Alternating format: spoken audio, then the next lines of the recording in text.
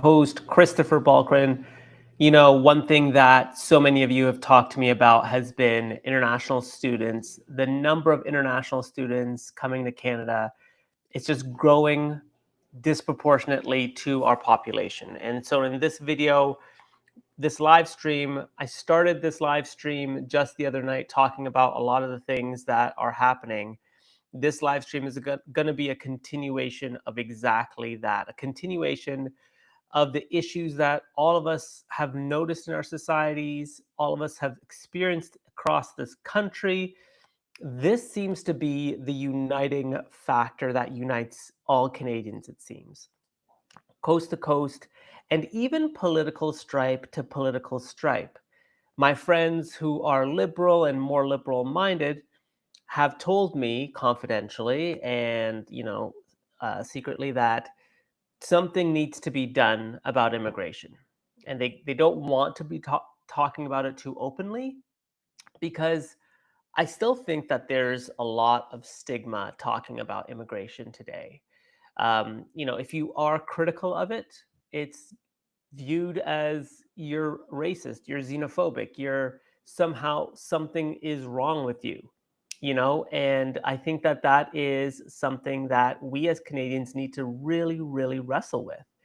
We have to be able to say to each other, this is an issue in our society, and we have to discuss it. We have to be able to discuss things openly. And so I'm going to drop a question in the chat. Let me know what you think um, about the level of immigration in Canada today. And what I'm going to do is ask you to be as respectful as you can in your response. I want to preface all of this by saying that Canada, when you look at the stats and the studies, Canada is the most welcoming country in the world for immigrants. And I want us as Canadians to pause there and just remind ourselves of that. And I say this as a brown man. I grew up in Canada. My family came here and I was 2 years old.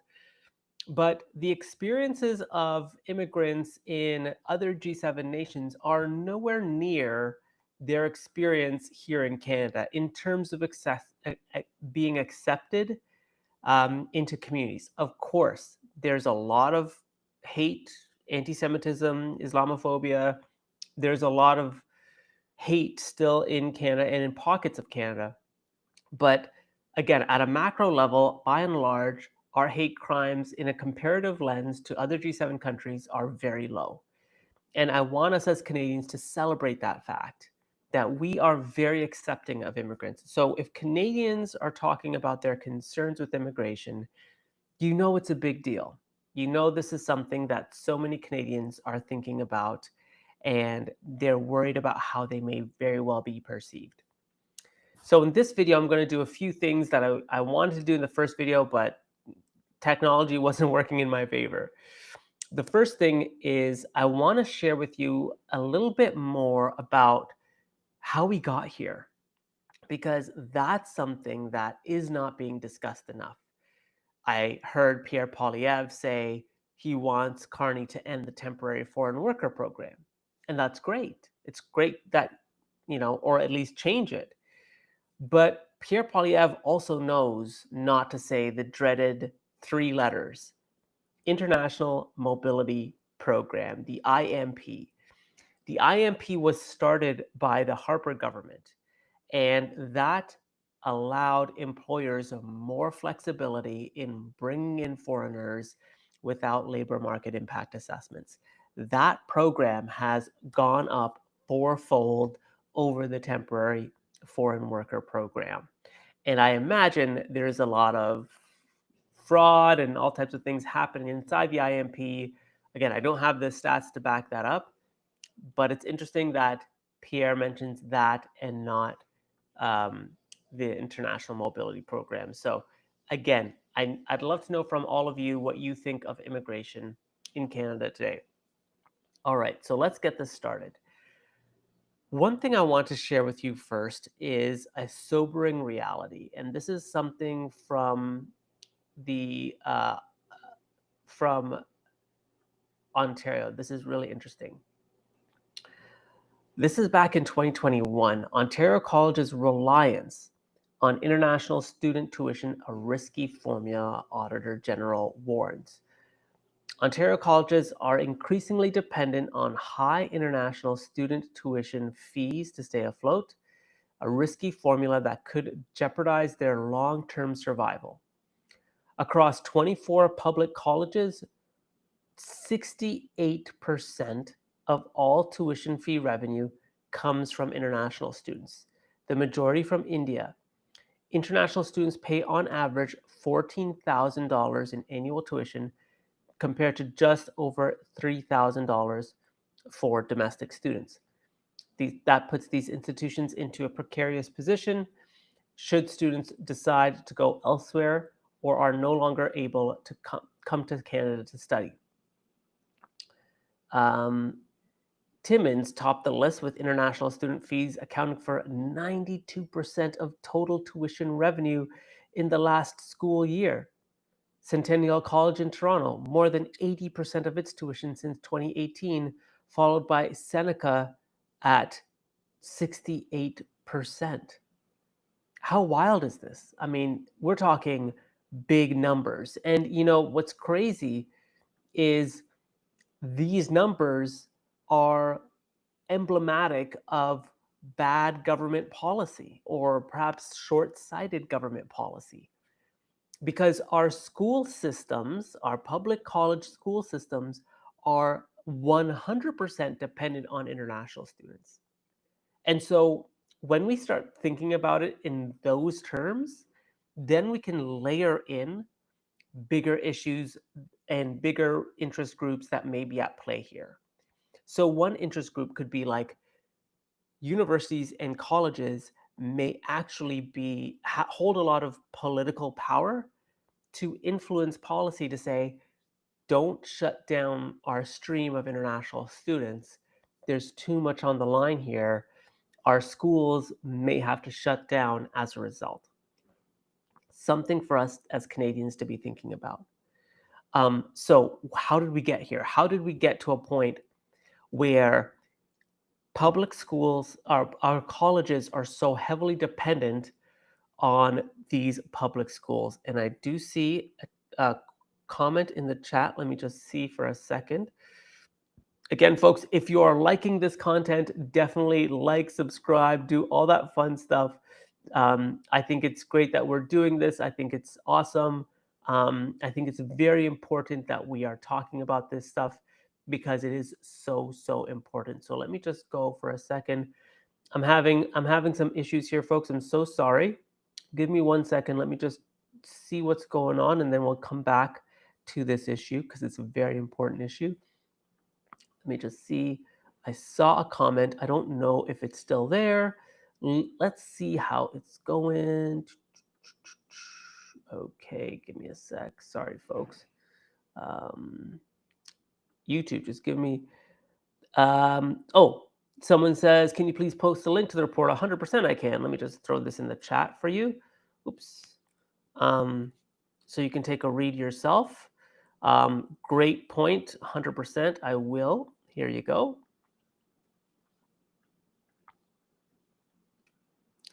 That's it. And I have to give the CBC credit for reporting on this. This is a big deal. So good on them for actually sending that in. Okay, so you might ask yourself, how the heck did we get here? And so I found this article from 2014, and I wanted to post it here. Check this out, because I'm thinking to myself, again, how did we get to a point where we're so dependent on international students? Well, check this out. So this is a report, and again, I'll leave a link below as well. It's called Canada's International Education Strategy, Time for a Fresh Curriculum by Bernard Simon, part of the Canadian Council of Chief Executives. Now, it's a pretty lengthy report, but I just want to bring you down here. So this was written in 2014, right? I want to see if I can zoom in here. Give me a sec. Let me see if this... I don't think that works when I'm streaming, which really sucks. Oh, I think maybe here. Okay, here we go. So if you look at this, this is back in the year 2000, right? International student enrollments, Canada. At the time, we had 34 million. We had 36,000 non-resident tertiary students enrolled. By 2012, that number grew to 120,000. We were still eighth in the world. And this report looks at Australia, US, and the UK. And you can see their growth. Australia went from 105,000 to 250,000, US 475 to 740, and UK 222 to 427. So all of them grew as well, but Canada was still lagging behind, even though that is like almost quadruple from 2000. We're still growing, we're growing rapidly, but we're nowhere near the top. Rank by share of the international student market, despite our growth, we're only at that point getting an eighth. We're in eighth place. And then foreign students as a percentage of total tertiary enrollment, we're at 7.4, well behind Australia, ahead of the UK, but well behind the UK. Or ahead of the US, but well behind the UK. Now, here's where it gets interesting, because I want you to focus on how they're framing this report.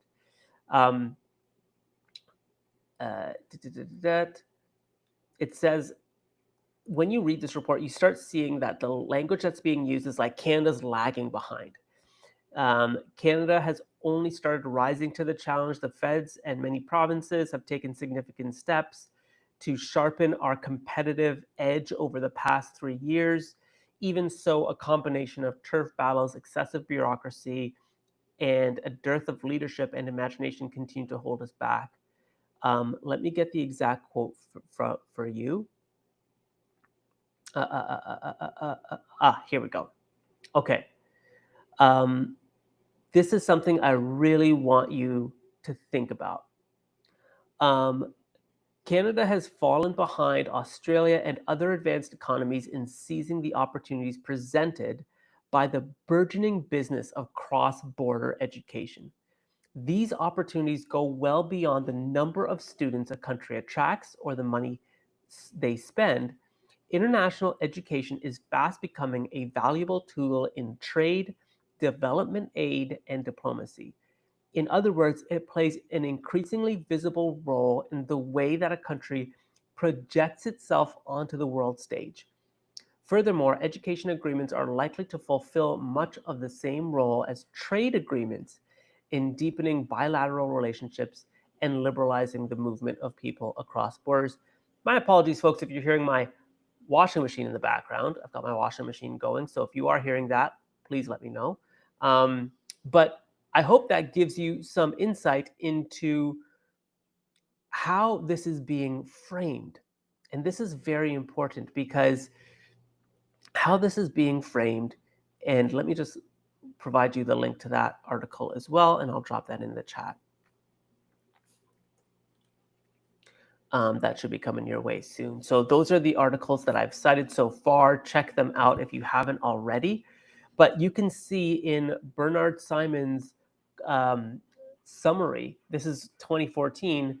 Remember, the way the CIC is positioning it is that Canada is not seizing on the opportunities presented by the burgeoning business of cross-border education.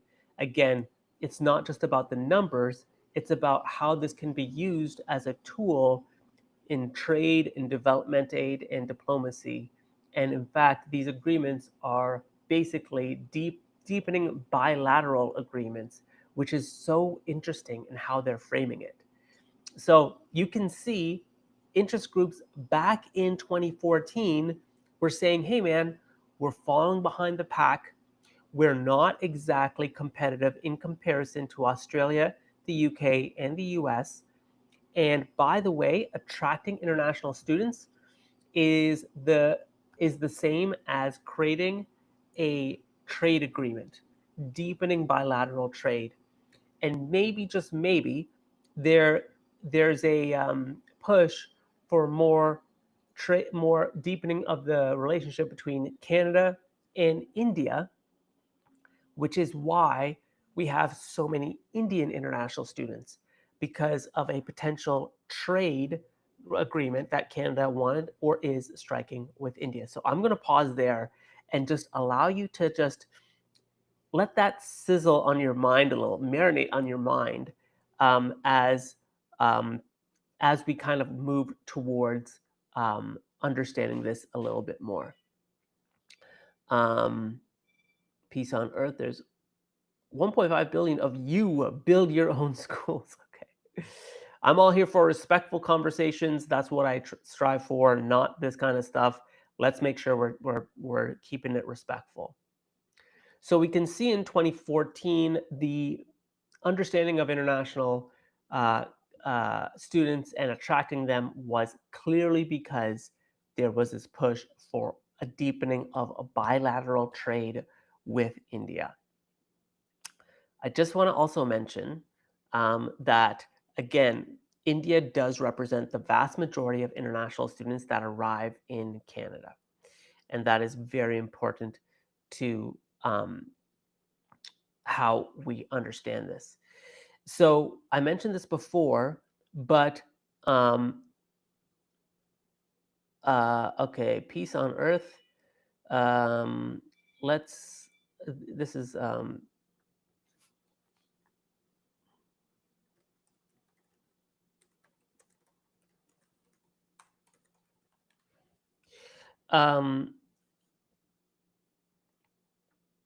so we're just going to make sure again we're staying respectful in the chat. It's very important for us to do that. It's very important for us to maintain that level of decorum. That's the kind of community I want to keep building here, not something that's hate driven, etc.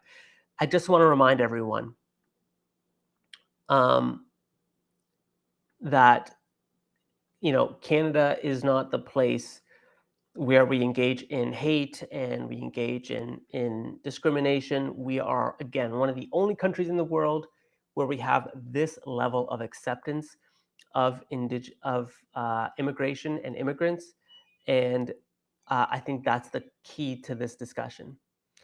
The other key to this discussion is that these students are not the enemy, and I think that's very important that we all discuss that, because they would be doing things that we would be doing if we were in their scenario.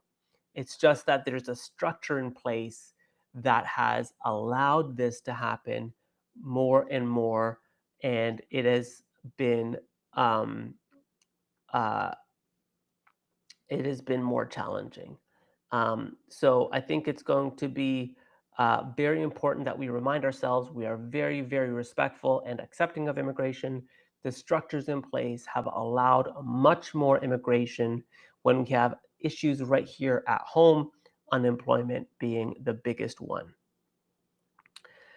Okay, so we talked a little bit about international students and like the genesis of how they came up, like how Canada kind of like pushed forward for more. Well, this was actually echoed in Stephen Harper's 2014 strategy. So a lot of people, all right, peace on earth. I thought I would give you some more leeway, but no, sadly, we'll have to get you out of here. It's unfortunate, but sorry about that.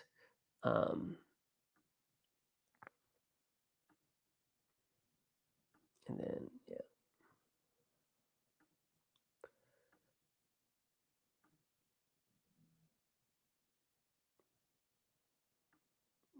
Sorry about that, folks. Just want to make sure that this is a place where we're getting um, really good conversations, nothing that's hate driven.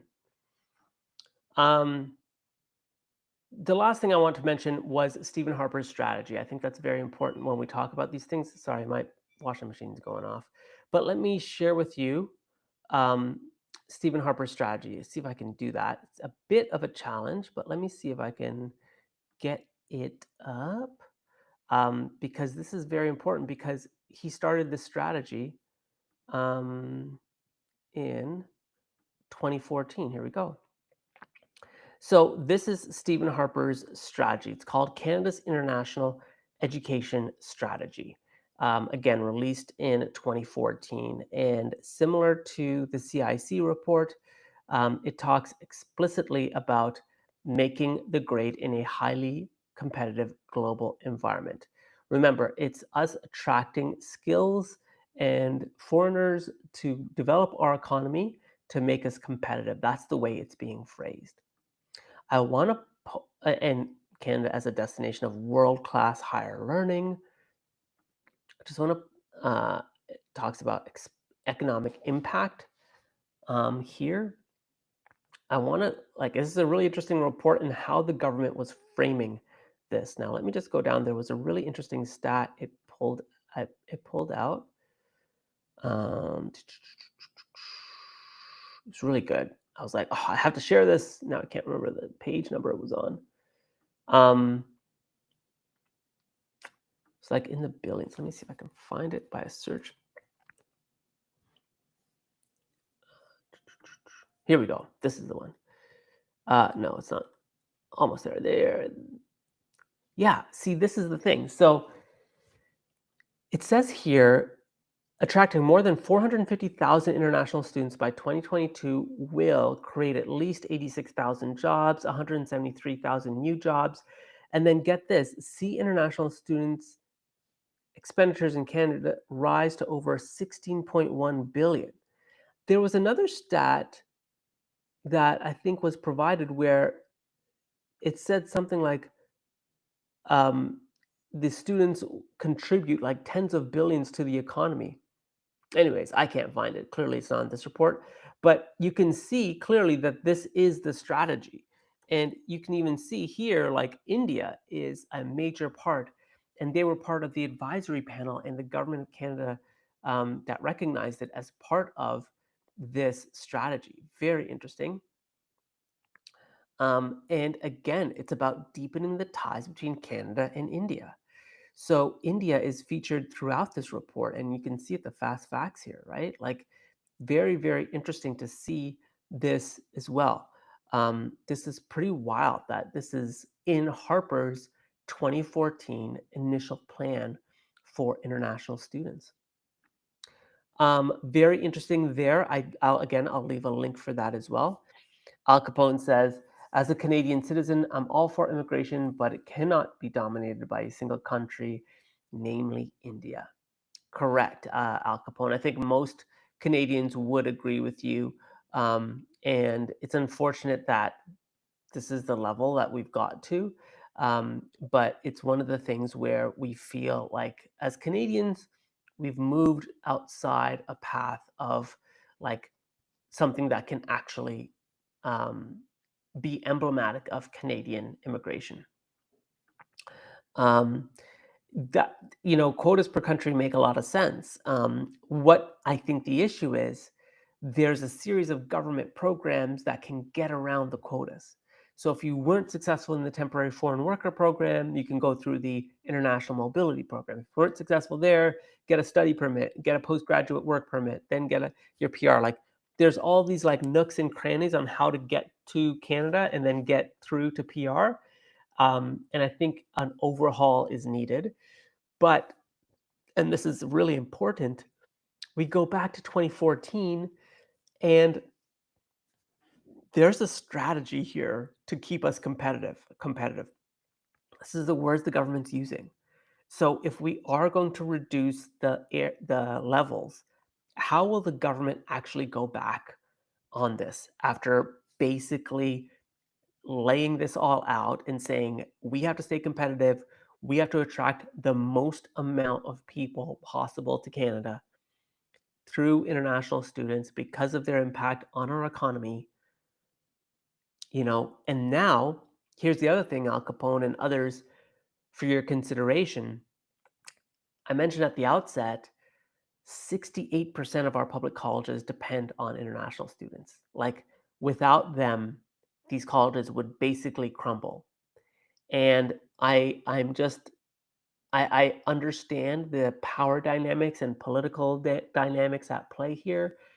And I can totally see a group of college presidents, university college presidents, with a lot of political power going to our politicians to be like, don't you dare stop that pipeline, despite what Canadians might want from their community, from their politicians.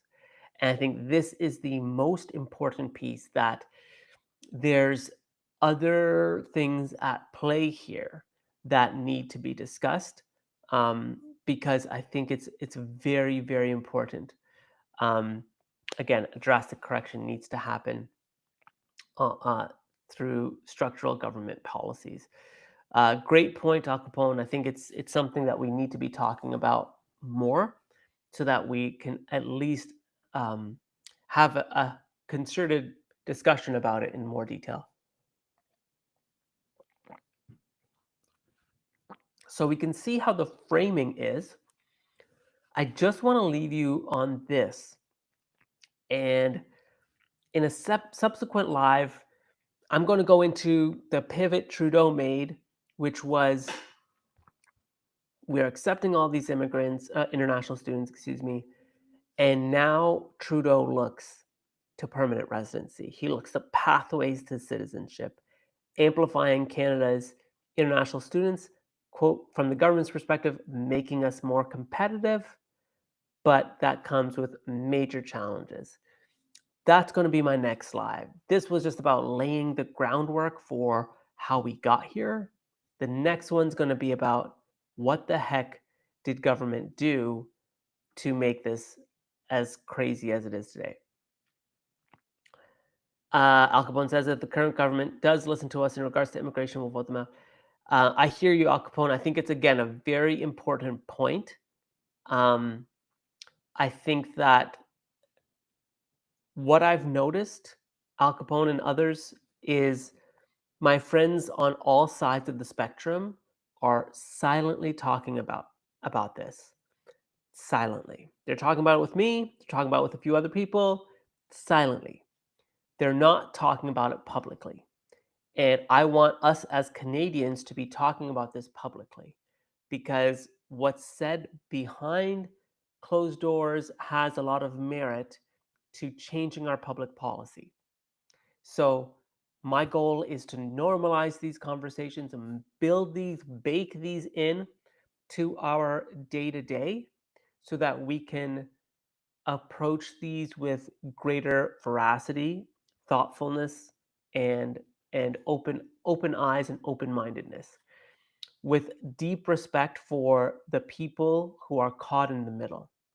I've done a few polls on YouTube and on Instagram, where I've asked people, who do you think this whole like international student thing benefits? I put students, I put Canadians, I put businesses, I put government, or something like that. Everybody said, or sorry, I said universities, colleges as well. Everybody said government and universities and colleges, and some said businesses. Nobody said students, and nobody said Canadians. And I just want that to sink in as well. I want that to sink in because students and Canadians are getting caught in the mix here. The students, because they don't know what's going on, they just filled out a form, they got in. Of course, they're thankful to be here, and they're probably going to hustle and work 3, 4 jobs just to make sure they never go back. Canadians, because we don't know what's going on. How did this all happen? And we're caught like wondering why we can't even talk about this openly. And this is a really important point. Al Capone says, if we talk about it, you're called a racist. And that is a very important point. Um, and that's what I'm trying to get us back towards, which is talk about things in a respectful way where we can air our issues and not do so from a position of hate, not from a position of racism, of xenophobia, but from a position of like, things have changed. That's okay, things change. We're okay with that. Things have changed rapidly. And there hasn't been open conversations and communications about those changes. And I think that's where a lot of Canadians are like, how did we get to this point where it seems like nobody's listening to us anymore? And if we raise it, we're considered, to Al Capone's point, as a racist. I'm just coming up on 30 minutes, and I want to end it here because I do want to, again, go into the next phase, which is talking about Trudeau and the impact Trudeau has had and the Trudeau government has had on international students. I'll save that for another live. If you haven't already, folks, like, subscribe, share. I'm constantly uncovering things. I'm trying to get better in my video editing. Thank you to everyone who's stuck with me. I know I put out a video today and the color correction was like totally off, but like, share, subscribe, tell your friends. Folks, this is the place. Christopher Balkrin, the YouTube channel, where we can talk about these things openly, honestly. I'm not, there's no political agenda here. I want to craft a community where we're all engaging. Um, and I love this, and again, I'm going to show this in the stream again.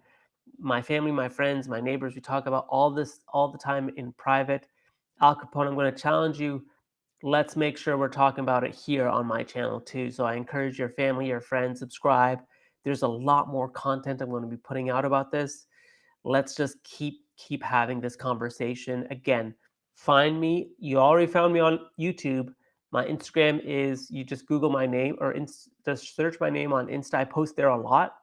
Christopher Balkrin. Um, I'm there too, and yeah, just really let's keep on. You have no idea. The more we talk about this publicly, the impact it has on our politicians and the public policy behind it. I'll just end here by saying our politicians are also, they don't know what you think if you keep talking about it in private, right? So let's talk about them more publicly so that they can know what Canadians are thinking. I'm going to end it here. Let's keep conversation going, folks. Have a wonderful rest of your evenings, and we'll do this again.